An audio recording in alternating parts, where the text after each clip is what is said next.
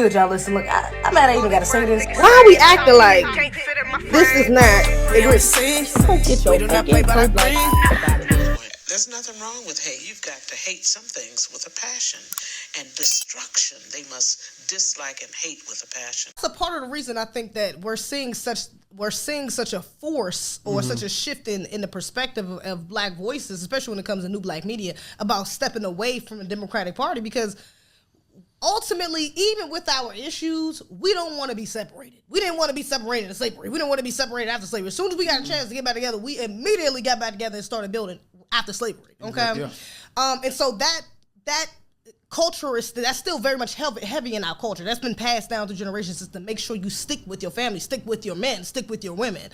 And so with them trying to push this whole thing where it's like, oh, well, trying to villainize black men, like, oh, black women are going to be the one that save us. They're going. That even turns me off from the left side, because now you pushing the only form of protection that I got outside of me, away from me to this other side. And again, if we look at the ideals from both sides, why I'm not rooting for men to be in women's bathrooms. I'm not rooting for men to play in women's sports. I'm not rooting for tampons to go in men's bathrooms. I'm not rooting for for my child to be able to cut off their genitals if they feel they don't want them anymore. I'm not those sort of left-leaning extreme ideals. Even though abortion, one of the main things Kamala is running off of is abortion. Why the fuck? And mind you, this is a lady with no kids, with a white man with 2 white kids that ain't even hers. Why in the fuck would I want to hear that from you?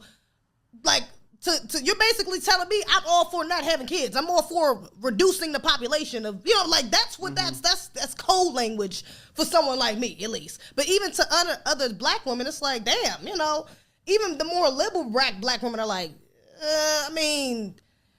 yeah, that's important, but that's not at the top of the list. That's not like in my top 5 issues because we are black women. We're black first. We got a lot more issues to deal with outside of abortions. Let's just be real. And abortions, even though they tried to do this whole thing like, oh, they're taking our rights away.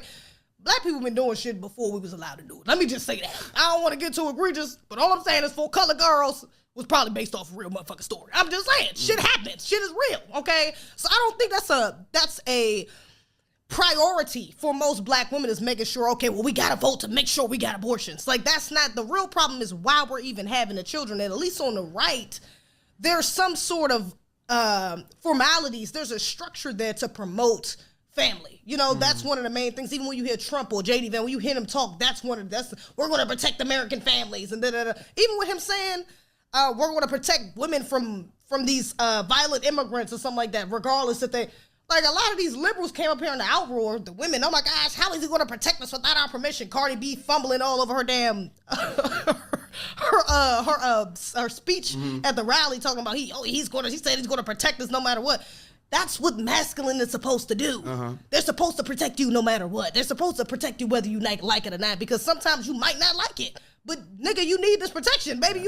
This is what you need to do. And that's not always within the realm of what you're thinking. Sometimes you got to go outside your box and allow those things to happen. So even those little things is shifting us to the right. And, have you seen that within at least some of the women you've talked to, that's kind of just like, I definitely have seen that. It's a little too liberal for me. I have seen that. I've seen a lot of women be all like, they don't like the idea that they're leading the black community, the whole, the backbone of the community is black women, because we're the ones out here getting all the jobs, and we're the ones out here doing all of this. Because when you say that, they don't like it when you say that, because what you're putting this misandry environment in the community, which destroys everything. Because women don't want to be caring for their men as if they're children. Exactly. Women don't mind caring for their children as children, but they don't want to be caring for the men as children. They don't want to be the protectors and fighters of the men, and they don't like the fact that the Democratic Party fakes the strong black woman thing. Now you're starting to see a lot of people talk about like soft girl era and all of that stuff, because a lot of people are starting to look at the consequences of the strong black woman era and all that stuff, and they're starting to see, this was a finesse, so they're not really on board with that anymore. You know, so they're getting themselves off of that, and then they're starting to look more logically into the party and start seeing past the fog of the propaganda, looking at, you know, well, this is a black woman, and don't you want to be aligned with your sister? Then you're looking at some of the agendas of the entire party and be like, well, no, I don't want my son coming home and saying I'm a girl and I had a surgery earlier today, but my teacher told me I didn't have to tell you. Or there was tampons in the boys' bathroom, or your daughter coming home because she got beat up in wrestling by a man, or and he said, I'm a female today, so let me get in this thing. A lot of women who are starting to see like, hey, this is not right. You know, so the fact that they've gone too extreme to that degree is what's making people be all like, okay, a lot of women be all like, that's not correct either. And when you talk about protecting women, I said this before, because they like to do the thing about in the Black Men's Summit with BET. They said, well, we got to protect black women. And the whole entire segment of protecting black women was about abortion. Oh. It was entirely about abortion. Margaret Sanger, she would be so proud. Was always used as an anti-black mechanism. Okay, it has a whole white supremacist history to it. Margaret Sanger, like you said. But they said protecting black women is abortion. And I said that is just as disrespectful as saying looking out for black men is prison reform.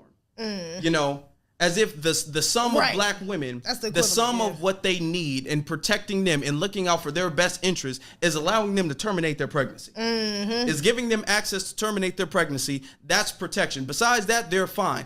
These migrants coming over doing whatever, that we're not going to address that. These police doing whatever, they're not going to address that. They didn't protect Breonna Taylor. They didn't protect Sandra Bland. They didn't protect that others. There's so many other people that they did not protect. Yep. What was that one woman who had the pot? You know. Oh, what's the sister name with the boiling water? Damn. That's the greatest. The fact that black women have got to go through this inflation struggle, and then they talk about the struggles of black women, and they're not doing anything at all for that, except giving you access to terminate your pregnancy, which originally was a white woman's agenda and did not get any traction until they incorporated black women into it. The same way they did with feminism. Feminism was a thing that they was not getting any traction because they were just as anti-black, so they didn't have a base of morality to stand on. Because they were subjugating and oppressing the black community, and then they incorporated women to do that, and then women got on board, and that's how it got traction. The same way with abortion. Now they're speaking of abortion as if abortion is mainly a black woman issue than it is a white woman issue. You have more black women, or they have more black women, let me say, because this was orchestrated.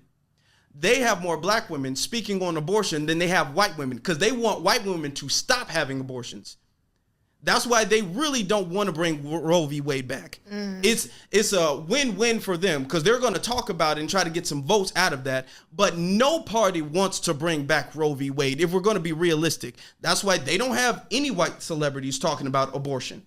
But they'll have the black ones. It's not many. Well, maybe it's because my algorithm too, but I definitely see a lot more of the black ones they got pushing, you know what I'm saying, for that. Although I do know a lot of white women, you know, they do use that as a form of birth control. Birth control. Yeah, they do. To be honest, let's just be real. Okay, they out here. That's kind of their thing.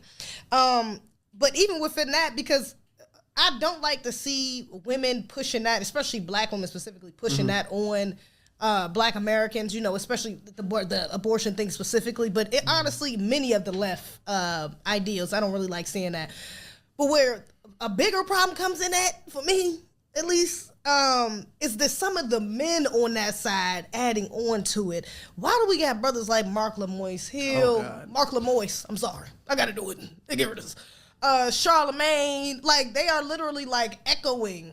They're like echo chambers for some of these Democratic shields, some of the women. They're like out here literally making the same points, and that's what I don't like. That's what I don't like either. Because now we're creating, it's like you're erasing, it's like these black men are adding to the erasure of the masculine heterosexual black man. Yeah. Like the men we really want to see, you know, at the forefront of these political as these political heads. They are replacing them and making them kind of cosplay as the men that we know the men that they know we want to see.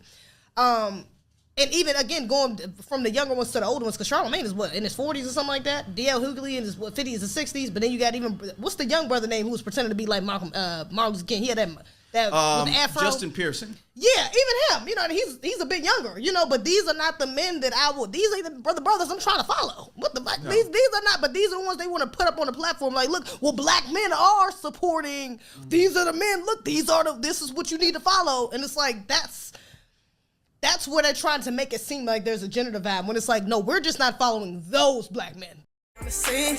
We do not play, but I green. You fuck with the